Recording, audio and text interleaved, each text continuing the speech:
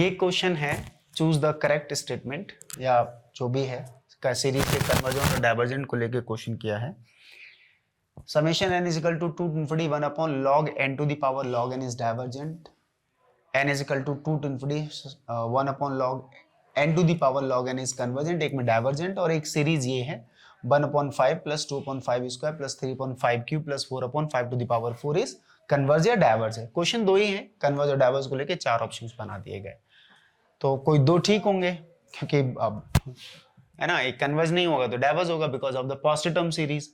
तो positive term series या तो कन्वर्ज करती है या डाइवर्ज करती है, ऑसिलेट तो नहीं करती।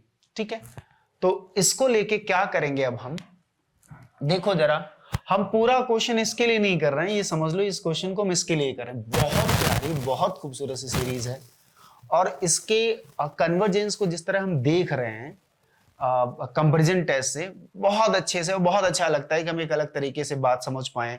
डाइवर्जेंट के डेफिनेशन को आज तक कैसे समझ रहे थे, कैसे पढ़ रहे थे, वो सारी चीजें जैसे इस क्वेश्चन को करेंगे उसके बाद उस पर काम कर लेंगे। जैसे हमें इस सीरीज को डिस्कस करना है, summation n is equal to 2 to infinity 1 upon log of n to the power log of n। सुनते रहे ना, ये हमें कन्वर्ज या डाइवर्ज देखना है कैसे काम करती है।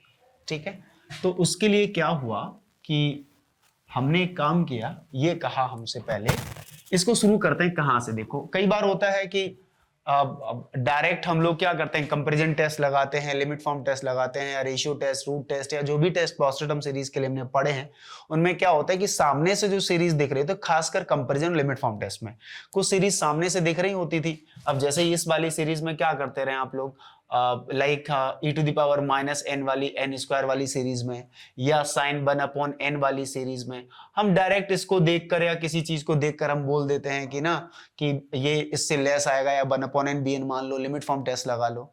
कई बार ऐसा होता है कि आप सीरीज को देखकर अगर कंपैरिजन टेस्ट लगाना चाहते हैं या लिमिट फॉर्म टेस्ट लगाना चाहते हैं, जो दूसरी सीरीज समेशन bn होती है उसको आप प्रिडिक्ट नहीं कर पाते। बात समझ रहे हैं, जब उसको प्रिडिक्ट नहीं कर पाते तो क्या होता है, कई बार अनरिलेटेड बिहेवियर और अनरिलेटेड फंक्शन या किसी और तरीके से अप्रोच करना पड़ता है।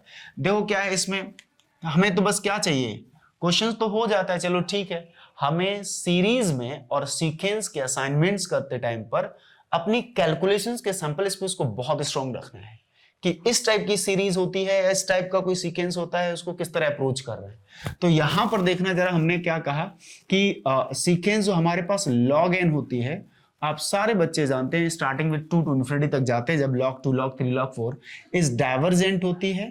पहली चीज जो हम जानते हैं is divergent and diverse two plus infinity. अगर आप में से किसी बच्चे को ये पता है कि divergent diverse two plus infinity का डेफिनेशन क्या होता है, तो काम आसान हो जाएगा। इसका मतलब हो जाएगा कि for every positive real number, यही पढ़ा था ना, positive real number capital M however large there exist m belongs to natural number such that क्या करते थे, an is greater than capital M for every n is greater than equal to small m और n greater than m। यानी कि हम larger से larger capital M को choose करें रियल लाइन पर, तो सीक्वेंस के कुछ फाइनाइट टर्म्स इधर रहेंगे केवल, बाकी सारे टर्म्स उस कैपिटल M से ज्यादा चले जाएंगे, m larger to larger number है। अगर आप जानते हैं कि limit n tending to infinity log of n is equal to, अगर इन्फिनिटी जाता है तो then limit n tending to infinity log of n कहां जाएगा बाबू, ये भी तो इन्फिनिटी पे जाएगा। Algebra of limit log n infinity पे जा रहा है तो log n इन्फिनिटी पे जाएगा। इसका मतलब ये हुआ कि अगर ये इन्फिनिटी पर जा रहा है तो दैट इज आप ये कह रहे हैं कि आपका log ऑफ n भी आपका डाइवर्जेंट हो गया, डाइवर्स टू प्लस इंफिनिटी हो गया। यानी कि जो भी डाइवर्जेंट सीक्वेंस होती है उसके लिए ये कंडीशन होल्ड होती है कि the sequence is divergent then for any positive real number however large there is always a तो हम ये कहेंगे कि for capital M is equal to 2 there exist M is equal to m dash such that log of n जो है वो is greater than 2 होगा। बोलो हाँ या ना। अब हम मल्टीप्लाई कर रहे हैं तो log ऑफ n में दोनों तरफ से मैं log ऑफ n का मल्टीप्लाई कर दे रहा हूं, यहां log n से मल्टीप्लाई कर दो, log ऑफ n इंटू और ये 2 टाइम्स log ऑफ n। आपको याद है कि m log n जब करते हैं तो log of n to the power m करते हैं, तो उसके लिए समझो ये पूरा m की तरह बिहेव कर रहा है, ये बीच में log लगा हुआ है, गेट द पॉइंट। तो अब क्या होगा, log of log n is greater than 2 times of log n, ये log की तरह फील करिए। आगे वाला जो log n है उसे आप n करिए और इसे m समझिए, तो इसे क्या लिख सकते हैं, log और आपका log of n to the power log of n, और इसे लिख सकते हैं log of n square. Clear है। आप क्या कर सकते हैं, आप एंटी लॉग ले सकते हैं क्योंकि लॉग फंक्शन वैसे भी इंक्रीजिंग, तो this implies log of n to the power log of n is greater than n square, so 1 upon log of n to the power log of n is less than 1 upon n square। हुआ कि नहीं हुआ। और आपकी जो series summation an जैसा अगर आप देख सकें, यही तो आपका समेशन an है, यही तो आपका an है इसमें, और an is less then something, और जो समथिंग सीक्वेंस है उससे बनने वाली सीरीज क्या है, कन्वर्जेंट। चूंकि summation 1 upon n square convergent है, तो जो आपकी स्मॉलर होती है वो भी आपकी क्या आ जाएगी, कन्वर्जेंट। तो log of n to the power log of n जो आया है वो आपका कन्वर्जेंट आ जाएगा। इतना खूबसूरत कैरेक्टर है। जैसे मैं अभी कर रहा था तो थोड़ा सा मुझे लगा log n से काम होगा, फिर मुझे लगा कि 2 log चाहिए, तो log n के डाइवर्जेंस से अलजेब्रा ऑफ लिमिट से मैंने क्या किया, log ऑफ log n की लिमिट इन्फिनिटी पहुंचा दी। log ऑफ log n जब n टेंडिंग टू इन्फिनिटी पर जाएगा तो 2 को भी क्रॉस करेगा एक फाइनाइट नंबर ऑफ टर्म्स के बाद। तो मैंने कहा कि अगर m की वैल्यू 2 लें तो कुछ फाइनाइट नंबर ऑफ टर्म्स को छोड़ने के बाद ये लिख सकते हैं for every n is greater than equal to m dash. कुछ फाइनाइट नंबर ऑफ टर्म्स छोड़ने के बाद आपको log ऑफ log n की वैल्यू ग्रेटर देन 2 होगी। दोनों तरफ मैंने log n से मल्टीप्लाई कर दिया और बाद में एंटी लॉग लेके इस कैलकुलेशन तक पहुंचे कि log of n to the power log n is greater than equal to n square for every n is greater than equal to m dash ना। और कुछ फाइनाइट नंबर अब छोड़ देने से सीरीज के कन्वर्ज और डाइवर्ज पे वैसे बिहेवियर नहीं पड़ने वाला। अगर मैं स्टार्टिंग के 10 टर्म सीरीज के हटा के उसके बाद सीरीज का सम या कन्वर्जेंसी डिस्कस करूं तो कोई फर्क तो पड़ेगा नहीं कन्वर्जेंसी पे। हाँ, स्टार्टिंग के 10 टर्म्स को हटा देने से और एक्स्ट्रा 10 टर्म्स ले आने से उसके सम पे असर पड़ सकता है, लेकिन कन्वर्जेंसी पर असर नहीं पड़ेगा, है ना।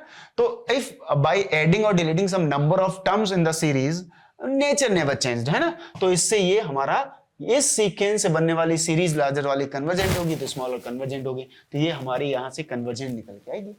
और बाकी इसकी जो बात हो रही है कि 1/5, 2/5 स्क्वायर, 3/5 क्यूब, 4/5 की पावर 4 आ रहा है, जो भी आ रहा है, तो ये सीरीज में अगर आप देख पाए तो कैसा लिखा हुआ है यहाँ पर, ये सीरीज ऐसे ही तो लिखी है जैसे n/5 to the power n लिखा है। यू कैन स्टार्ट विद 1, और आपका देखो ना ये है पॉलिनोमियल 1 डिग्री का और ये एक्सपोनेंट है, कितना ज्यादा मूव करेगा जल्दी से, इसलिए ये वैसे भी कन्वर्जेंट दिख रही है। लेकिन फिर भी टेस्ट के थ्रू अगर लगाएं तो हम इसमें रेशियो टेस्ट लगा सकते हैं या आप इसमें कॉची रूट टेस्ट लगा सकते हैं। ये हमारा समेशन an की तरह है, जहां an इज इक्वल टू आपका कितना मिला है बाबू, n/5 to the power n। So what the limit of n tending to infinity an to the power 1/n।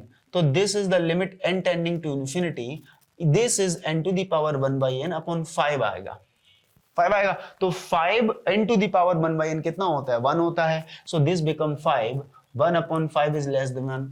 Remember the Cauchy root test, if the limit of an to the power 1/n is less than 1 आती है then the series is convergent होती थी।